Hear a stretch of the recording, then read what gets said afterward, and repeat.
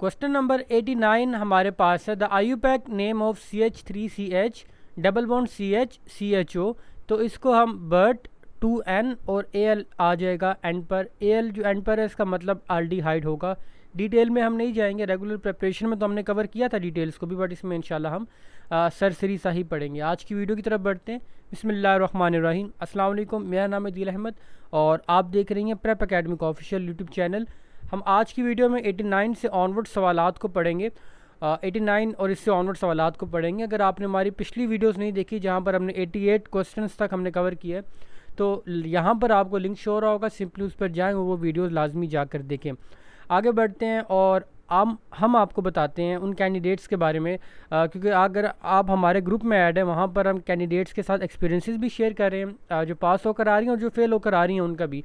Actually में होता क्या है कि अगर आप प्रेपरेशन किए बगैर जाएंगी, प्रॉपर प्रेपरेशन के बगैर जाएंगी, तो इसका मतलब क्या है कि पहली ही स्टेज पर यानी कि आपके फेलियर देखने को मिल जाएगा। और वो कई मरतबा ऐसा होता है, यानी कि number of candidates they get rejected immediately in the written test या फिर इंटेलिजेंस टेस्ट में वो रह जाएंगी। और इसकी रीज़न क्या होती है, दे हैवन प्रिपेयर्ड टारगेटेड राइट। उसके बाद नंबर 2 लॉस ऑफ टाइम और अपॉर्चुनिटी। देखें ये साल में कोर्स एक मरतबा आता है और इसको लूज़ करने का मतलब क्या है कि आपको एक पूरा साल इंतज़ार करना पड़ेगा और जो अपॉर्चुनिटी थी आपके पास वो हाथ से चली गई आपकी। उसके बाद increased stress in interview medical. Definitely automatically आप कहीं पर बगैर प्रेपरेशन के जाएंगे तो वो आगे भी जाके आपको कॉन्सिक्वेंसेस फेस करना पड़ सकते हैं। और रिग्रेट जो होता है कि अगर मैंने प्रेपरेशन की होती, तो खैर ये भी इंसान की जान नहीं छोड़ता। हमारा जो फोकस होता है वो कैंडिडेट्स को हमेशा वो चीज़ प्रोवाइड करना होता है जो कि फोकस्ड और रेलेवेंट कंटेंट हो, टाइम सेवर हो, जिसका प्रूवन ट्रैक रिकॉर्ड हो।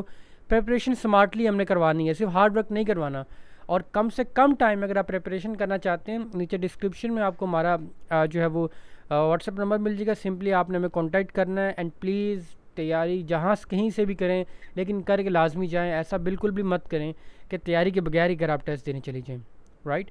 बढ़ते हैं आज की वीडियो की तरफ। क्वेश्चन नंबर 89 हमने पढ़ा है। क्वेश्चन नंबर 90 की तरफ हम बढ़ते हैं कि principle that explain the stability of nuclei despite electrons repulsion of protons. तो इसको हम कहते हैं न्यूक्लियर स्ट्रॉन्ग फोर्स, ठीक है। इसको हम क्या कहते हैं, न्यूक्लियर स्ट्रॉन्ग फोर्स। आगे बढ़ते हैं क्वेश्चन नंबर 91 की तरफ। Synonym of परनियस। परनियस का जो खैर इसमें वर्ड स्पेलिंग की मिस्टेक थोड़ी बहुत हो सकती है, ठीक है, तो उस डिटेल में हम नहीं जाएंगे। और खैर ये भी मौका भी ऐसा है कि आपने सिर्फ चीज़ों को इस टाइम याद करना है, ठीक है।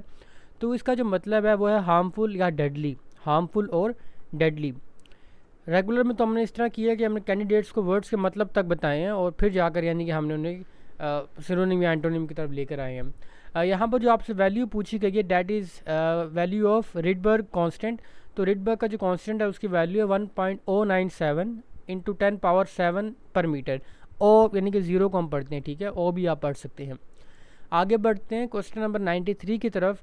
Regent use to distinguish aldehyde from ketone. Ketone की स्पेलिंग भी आई नो गलत है, तो इसको हम टॉलरेंस रेजेंट कहते हैं। The reagent that is use to distinguish aldehyde from ketone.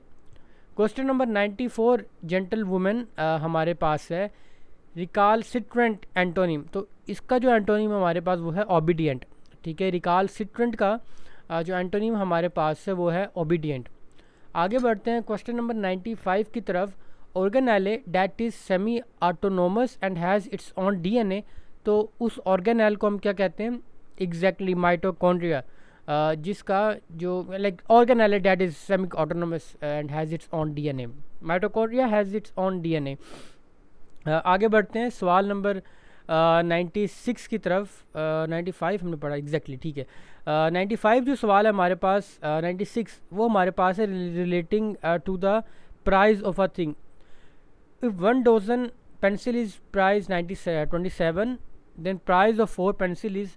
अच्छा, ऐसे सवाल में बेसिकली कैंडिडेट्स परेशान होते हैं। अमूमी तौर पर जो रट्टा भी लगाते हैं, जो ट्रिक भी वो फॉलो करते हैं, वो ये होती है कि एक पेंसिल की जब वैल्यू उनके पास आ जाएगी तो इसका मतलब क्या है कि लाइक बाकी उसके भी वो इजीली फाइंड कर पाएंगे। लेकिन एज सच तो मामला ठीक है देखने में, लेकिन बाद मरतबा आप इस केस में देखें, अगर आप एक की निकालेंगे प्राइस तो वो पॉइंट्स में आएगी। आपने क्या करना है, आपने ये देखना है कि एक दर्जन में कितने वो होते हैं हमारे पास, लाइक अगर आप 4 के मल्टीपल्स में लेकर जाएं, 4 पेंसिल से मुतालिक पूछा गया है ना, तो क्या 12 और 4 का रिलेशन बनता है 3, यानी कि 4 3 12। तो क्या ऐसी पॉसिबिलिटी हम बना सकते हैं कि 27 को हम 3 हिस्सों में ले आएँ? बिल्कुल बना सकते हैं हम 27 को 3 हिस्सों में लाएँ, 9 18 27। तो सिंपली इस तरह से वर्क करेंगे और 9 को आपने फाइंड कर लेना है। अगर नहीं समझ आया तो इंशाल्लाह दोबारा सुनेंगी इसको, या फिर मुझे बता देगा, मैं अगली वीडियो में दोबारा इसको एक्सप्लेन कर दूँगा।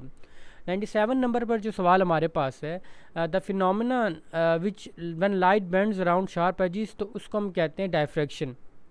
When light bends around sharp edges, तो उसको हम क्या कहते हैं? डायफ्रैक्शन। क्वेश्चन नंबर 98 की तरफ हमारे पास सवाल जो मौजूद है वो है hybridization of central atom in SF6, तो उसको हम कहते हैं sp3d2 हाइब्रिडाइजेशन होती है सेंट्रल एटम के SF6 के जो सेंट्रल एटम में। आगे बढ़ते हैं सवाल नंबर 99 की तरफ। वो हमारे पास सिनोनिम ऑफ पल्चरिट्यूड, तो वो हमारे पास ब्यूटी है, ठीक है। प्रोनाउंसिएशन शायद मेरी गलत है, I am not good at pronouncing the words accurately. So इसका जो सिनोनिम है वो हमारे पास क्या है? ब्यूटी। आगे बढ़ते हैं सवाल नंबर 100 की तरफ। Which part of brain controls respiration, तो मेड्यूला ऑब्लोंगेटा जो है वो इसको कंट्रोल करता है रिस्पायरेशन को। ये हमने पढ़ा तैयार भी, इनमें ज़्यादातर सवालात वही हैं जो आपको तैयार करवा दी गई हैं, फिर जो हमारे नोट्स में इंक्लूडेड हैं, ठीक है। तो ये हमारे कैंडिडेट्स को एक फ़ायदा इसका होता है। 101 पे जो सवाल हमारे पास है, the process where electron and hole recombine releasing photon in semiconductors, तो इसको हम कहते हैं इलेक्ट्रोल्यूमिनेंस इसको हम कहते हैं। आगे बढ़ते हैं सवाल नंबर 102 की तरफ। क्लोरीन गैस से मुतलिक सवाल है कि the gas that is produced at anode during electrolysis और NaCl सॉल्यूशन, तो इसको हम क्लोरीन कहते हैं। Chlorine is the gas that is produced at anode during the electrolysis of sodium chloride solution. आगे बढ़ते हैं सवाल नंबर 103 की तरफ। एंटोनिम ऑफ प्रोफिलगेट, प्रोफिलगेट का जो एंटोनिम है वो हमारे पास क्या है? वो हमारे पास है थ्रिफ्टी। ये थी आज की वीडियो, उम्मीद है आपके लिए बेनिफिशियल रही होगी, और सवालात वही आपसे शेयर किए जा रहे हैं जो कि टेस्ट में आ रहे हैं आपके, ठीक है। और ये बात भी है कि सवालात की तादाद ज़्यादा नहीं है, बनाने को तो हम कर सकते हैं, it is not difficult for us. हमारे पास हज़ारों की सवालात तादाद में सवालात होते हैं, but why should we do this? कुछ व्यूज़ के लिए हम एक दिन की 5-5 10-10 वीडियोस भी डाल सकते हैं, we know everything right, but हम नहीं करते because it is not against.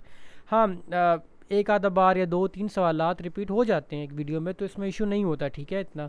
तो एक बहन ने कमेंट किया था, तो ये उनके लिए है। बाकी इंशाल्लाह मिलेंगे आपसे अगली वीडियो में।